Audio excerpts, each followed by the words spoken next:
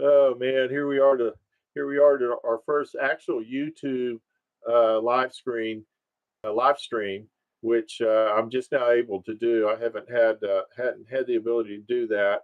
I've had to go through another platform to get that done, and so I had to put a new camera in and do all kinds of great stuff to get this thing to work right. So I finally think I'm here. Hopefully, my microphone isn't cutting out like it was earlier. So let's hope that's working really good. Um, Let me put my headphones on just to see. Sounds good here. I hope it sounds good to you guys. I wanted to talk this week about uh, wanted to do our fishing report on Lake Fork. Our bass are shallow and they're kind of mid range, so they're going to be in the weeds, feeding particularly the smaller bass. Throw frogs, throw some mice patterns up there, throw anything up there that is weedless, or throw right in front of them. You'll probably draw some of them out if you can find some shady areas. If you can find some if you can find some brush and find some lay downs and things like that. If I see a lay down in 3 or 4 feet of water, I'm going to throw over that lay down. Even if you look at it, it's the only thing laying there for, there's nothing around it. You're thinking, why would a fish be hanging there? You'd be surprised. Uh, Something will pop up and grab that. They do it all the time. There's also almost always fish somewhere in those weeds. Sometimes you have to cover a lot of ground to get to them, but there's almost something there all the time. So don't think just because it looks shallow that there's not going to be fish, because there are. Also, hit that isolated cover. If you're not getting them shallow, turn around, fish the other direction. Find something like a clouser or something that'll drop, and drop it along those stumps, and you'll catch bass and catfish. The catfish are right now moving up, getting ready to spawn. I'm catching them in anything from a foot deep on out, and so you can really have a lot of fun with them. And you get certain places, it seems like there's like a concentration of the catfish. So give that a try as well. That's really a lot of fun. Also, the brim are on beds, and now this will go for pretty much any lake out here right now. The brim are on beds, and they're 12 inches deep, and then the larger fish seem to be out a little deeper. Like you'll see the bed, and you'll see that uh, you'll see some beds tapering off into where the water starts dropping a little deeper. That's usually where I catch the bigger brim. So give that a try, and throw anything down there that's got a little red on it. If you got a little red tail or something like that on it, throw it down in there, and you can see them grab it. It's really a lot of fun, and they're really hard fighters. Use a really light rod if you have one, a 5 weight or even a 2 weight. That's really a lot of fun. On the lily pads, I'm throwing frogs, and I'm throwing mice and anything that'll. Now mine all have weed guards on them, and I'm going to throw them in there. And when I pull, jerk it really hard. You've got to be very mindful of how you pull them through those leaves so you don't get hung up. Um, you get hung up in one of these big old lilies out here, and you're going to have a problem with the stems, because man, they're hard. So also fish with a 20 to 25 pound leader, and fish with a heavier weight rod, an 8 weight, 10 weight, or larger. Because if you get a big fish in those lilies, you're going to have a heck of a fight on your hands. Plus, that fish is going to go. He's going to wrap you around everything down there. So you need a pretty good heavy rod to do that. And so on Lake Fork and Lake Bob Sandlin, the bass are still near the banks. They're still on Lake Bob Sandlin. You have retaining walls where the bottom of the wall has a footing, and it makes a little ledge down there, and those fish will get down and hang around that ledge.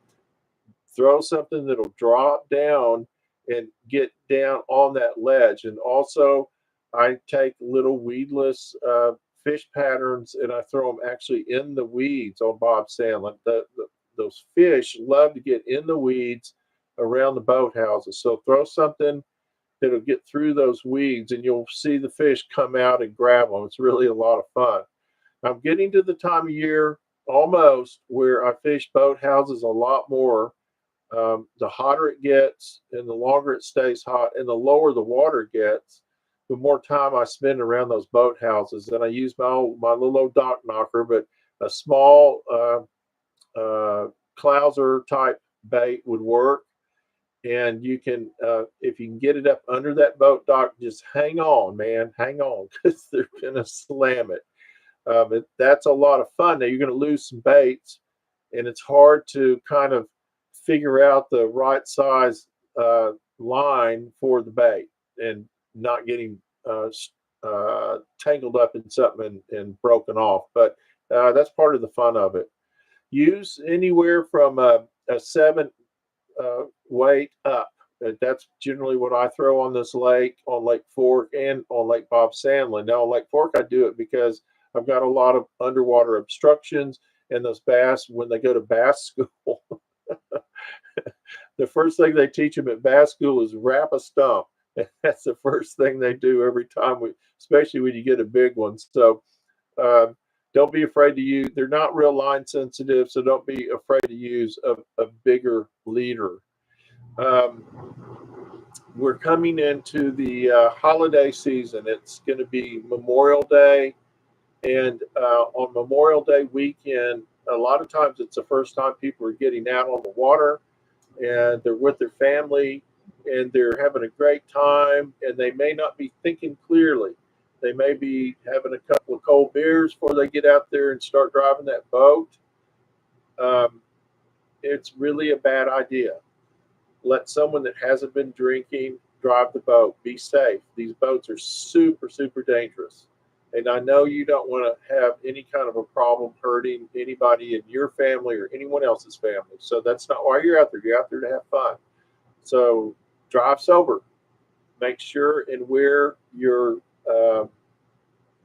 lanyard that's got your cutoff that's hooked to your motor, your kill switch. Make sure your kill switch is hooked up, so if God forbid you get thrown from the boat and you're the captain of the boat, that motor shuts down immediately. Make sure nobody's drinking. Make sure everybody in your boat is being safe.